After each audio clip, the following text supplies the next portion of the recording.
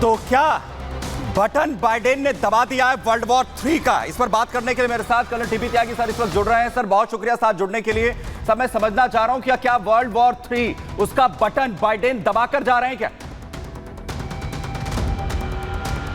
वैसे तो रशिया की बहुत सारी रेड लाइंस क्रॉस हो चुकी हैं, लेकिन फाइनली रशिया ने कहा है कि अगर अमेरिका ने अपने लॉन्ग रेंज वेपन्स को यूक्रेन को इजाज़त दी रशिया के मेन लैंड में इस्तेमाल करने की, तो फिर रशिया टैक्टिकल न्यूक्लियर वेपन्स का इस्तेमाल करेगा।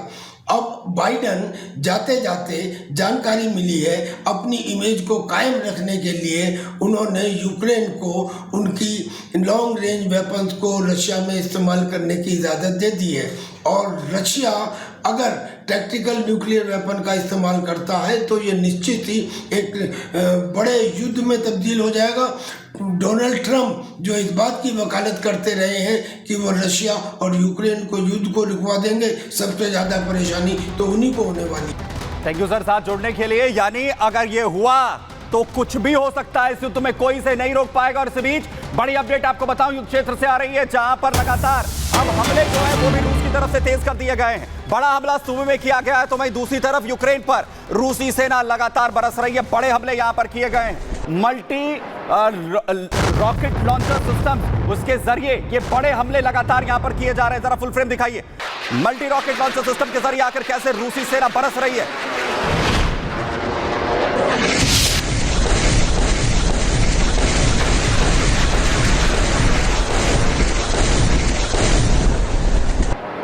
मल्टी रॉकेट लॉन्चर सिस्टम्स के जरिए अलग अलग जगह पर यहां पर यूक्रेन को दहला दिया गया है। जरा आइए अगली तस्वीरें यहां पर दिखाते हैं कि आकर कैसे ड्रोन अटैक्स भी यहां पर किए गए हैं। ड्रोन अटैक्स देखिए जो रूसी सेना लगातार यहां पर कर रही है यूक्रेन के अलग अलग जगहों पर, ये ब्लास्ट हो रहे हैं।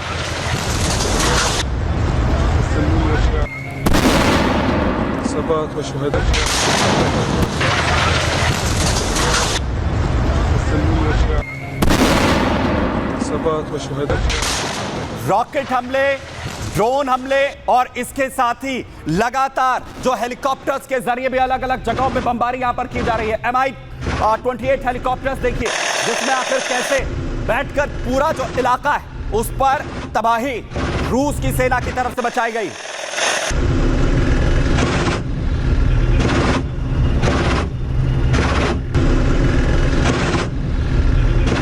तो यूक्रेन पर हमले यहां पर तेज कर दिए गए हैं। रूस की सेना लगातार अब यूक्रेन की अलग अलग जगहों को टारगेट यहां पर करती हुई नजर आ रही है। मैं आगे बढ़ रहा हूं और आपको लिए चल रहा हूं युद्ध के अगले मोर्चे पर, क्योंकि मिडल ईस्ट में भी तबाही बारूदी आई हुई है। बैरूत में बारूदी तबाही पूरी तरह से मचाकर रख दी है इजराइल ने। और तबाही किस तरीके से जो आईडीएफ है, ना सिर्फ एयर स्ट्राइक के जरिए, ग्राउंड ऑपरेशन के जरिए यहां पर मचाई जा रही है। यानी पूरे लेबनान को, हिजबुल्लाह को हिलाकर एक बार फिर से रख दिया, क्योंकि हाल ही में एक बार फिर से हमला यहां पर किया गया। नेतन्याहू को टारगेट करने की कोशिश यहां पर जो है वो की गई है। तस्वीरें मैं आपको दिखाता हूं, देखिए आखिर कैसे हारेक में इमारत पर रॉकेट अटैक, पूरी इमारत जमींदोज वहीं के वहीं धंस जाती है इमारत।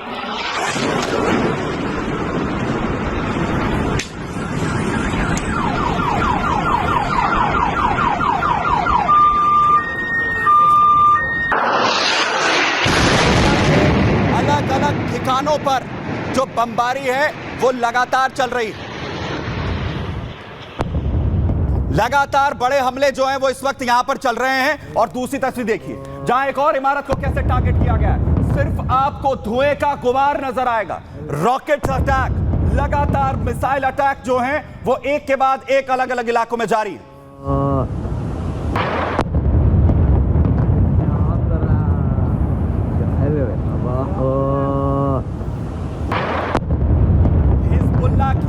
इमारत जिसे ध्वस्त यहां पर कर दिया गया। वहीं अगली तस्वीर देखिए, मिसाइल अटैक जहां पर किया गया एक और बिल्डिंग। और वहीं बुर्ज अल बर्जने में बड़ा हमला किया गया है। बुर्ज अल बर्जने में बड़ा हमला, और देखिए कैसे एक ही झटके में पूरी इमारत को जमींदोज कर दिया गया। लगातार बड़े हमले हो रहे हैं।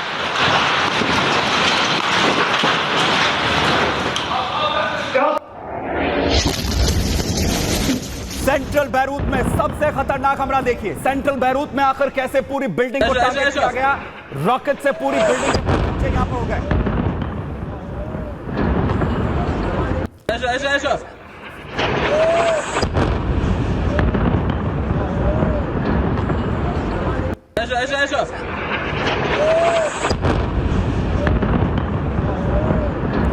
पूरे बैरूत में अलग अलग जगहों पर हिजबुल्लाह के ठिकानों पर बम लगातार बरस रहे हैं। उसके साथ ही एयर स्ट्राइक से भी बैरूत को दहला दिया गया है। सबसे बड़े हमलों में से एक हमला एयर स्ट्राइक के जरिए, अफरा तफरी, आग चारों तरफ जो हमले हैं वो इजराइल के जारी। आईडीएफ लगातार हमले कर रही है, टारगेटेड हमले लगातार जारी।